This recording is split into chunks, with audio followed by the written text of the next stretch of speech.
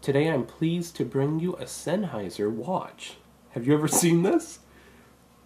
Chances are you haven't. This is a pretty rare watch. Most people haven't seen this or even heard of it because it was only sold with the Sennheiser HD590 headphones. It was a package deal for the holidays. And those themselves were not too popular. Those are pretty rare too. Most people for about the same price would have opted to purchase the HD580 headphones. So you don't see these too often. They're relatively rare. Every once in a while you'll see one come on eBay. Now, for those of you that don't know, Sennheiser is a company that is expert in audio recording and reproduction. They make arguably the world's best headphones. And I've heard them. They're phenomenal. The headphones alone, back when I heard them, they were probably about $12,000. They might now be up to about $20,000 just for the headphones alone. Yeah, they're the world's best. And they also make phenomenal microphones. So Sennheiser is an expert in audio engineering. And so it was cool that they decided to put out a watch to commemorate their HD590 headphones. I got it for the holiday seasons. It was my first real quality headphones, and it's an amazing memory. I still have those headphones today, and they work perfect. It is a Seiko movement. It's got a black dial, tachymeter scale, chronograph. It is quartz, and it is hackable with a date feature. The case is stainless steel, and it's on a stainless steel bracelet that came with the watch. So, let's actually take a look at this, dive right in, and look at some of these features in close-up. The dimensions of this watch. Case width is about 39 millimeters, and although this watch is probably close to about 20 years old, that's a respectable size. It's not ridiculously small, and it's not ridiculously large, so I think a lot of people are going to like this size. The bracelet is 20 millimeters. Bracelet tapers down to about 18 millimeters, which is a perfect taper. The clasp is about 19 millimeters. Lug to lug's about 46 millimeters.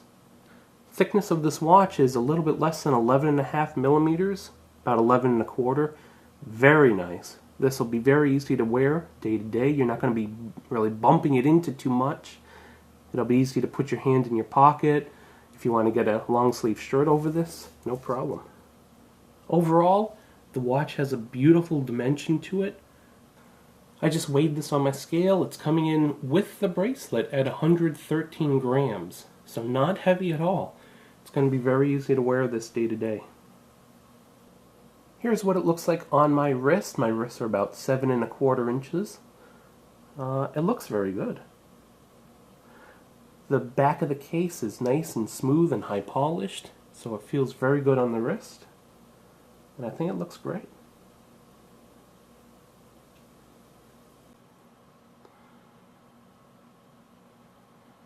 This is a quartz movement made by Seiko, so it's very reliable and it keeps very good time. And it has the complication of the date around the 4 to 5 o'clock, and also the chronograph. To activate the chronograph, you push the button at the top. At the bottom, you have seconds. At the top, you have tenths of a second, which is very cool. That works for the first minute. And then over on the left, at 9 o'clock, you have the minutes elapsed.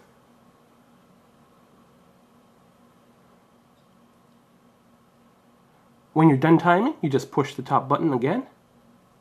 You get to read off the time that elapsed, and to reset, you push the bottom button. And everything resets back to 0.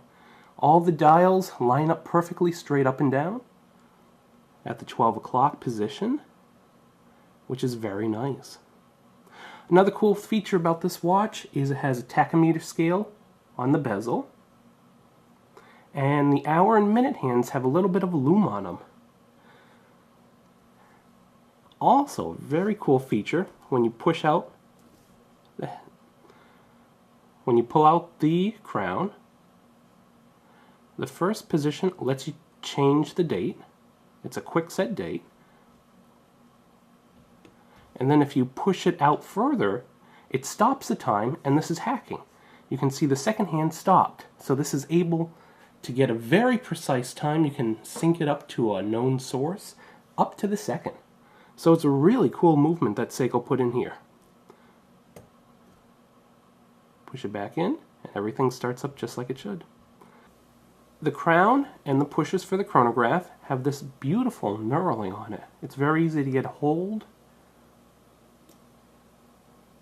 and it's very smooth to push these buttons. They don't feel gritty at all, very smooth. Here's a shot of the case back. It's high polished. It's got a few scratches from the metal stainless steel bracelet.